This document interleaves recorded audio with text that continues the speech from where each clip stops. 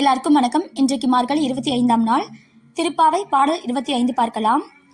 ஒருத்தி மகனாய் பிறந்து ஓரிரவில் ஒருத்தி மகனாய் ஒளித்து வளர தரிக்கலனாகி தான் தீங்கு நினைத்த கருத்தை பிழைப்பித்த கஞ்சன் வயிற்றில் நெருப்பென நின்ற நெடுமாலை உன்னை அறுதித்து வந்தோம் பறை தருதியாகில் திருத்தக்க செல்வமும் சேவகமும் யாம் பாடி வருத்தமும் தீர்ந்து மகிழ்ந்தேலோர் எம்பாவாய்.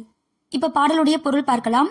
தேவகியின் மைந்தனாக நள்ளிரவில் பிறந்தவனே, அன்று இரவை யசோதையிடம் ஒளிந்து வளர்வதற்காக சென்றவனே, அவ்வாறு மறைந்து வளர்வதை பொறுக்க முடியாத கம்சன் உன்னை அழிக்க வேண்டும் என்று நினைத்தான். அந்த கருத்து அழியும் வகையில் அவனது வயிற்றில் பயத்தால் ஏற்படும் நெருப்பை விளைவித்த உயர்ந்த குணங்களை உடைய திருமாலே, உனது அருளை யாசித்து நாங்கள் வந்தோம். அந்த அருளை தந்தாயானால் உனது விரும்பத்தக்க செல்வ சிறப்பையும் பக்தர்களுக்காக நீ செய்த பணிகளையும் பாராட்டி நாங்கள் பாடுவோம். உனது பெருமையை பாடுவதால் துன்பங்கள் நீங்கி இன்பமாய் மகிழ்ந்திருப்போம். இப்ப விளக்கம் பார்க்கலாம். பக்தன் பக்தி செலுத்தும் போது இறைவன் அவனுக்கு சேவகனாகி விடுகிறான். தனது உயிருக்குயிரான பக்தன் பிரகலாதனுக்கும் அவனது தந்தை இரணியனுக்கும் வாதம் நடக்கிறது. உன் நாராயணன் எங்கே இருக்கிறான் என்று இரணியன் கேட்க பெருமாளுக்கு கை கால் உதறி விடுகிறது. உடனே உலகிலுள்ள எல்லா ஜீவன்களுக்குள்ளும் அவன் சென்று விட்டான்.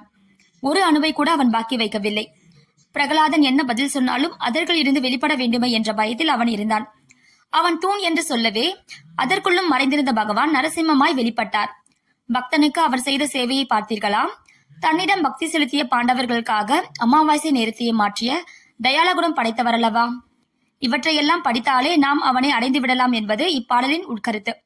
இந்த பதிவு உங்களுக்கு பயனுள்ள பதிவாக இருக்கும் நம்புறேன். இந்த பதிவு உங்களுக்கு பிடிச்சிருந்தா லைக் பண்ணுங்க, ஷேர் பண்ணுங்க, சப்ஸ்கிரைப் பண்ணுங்க.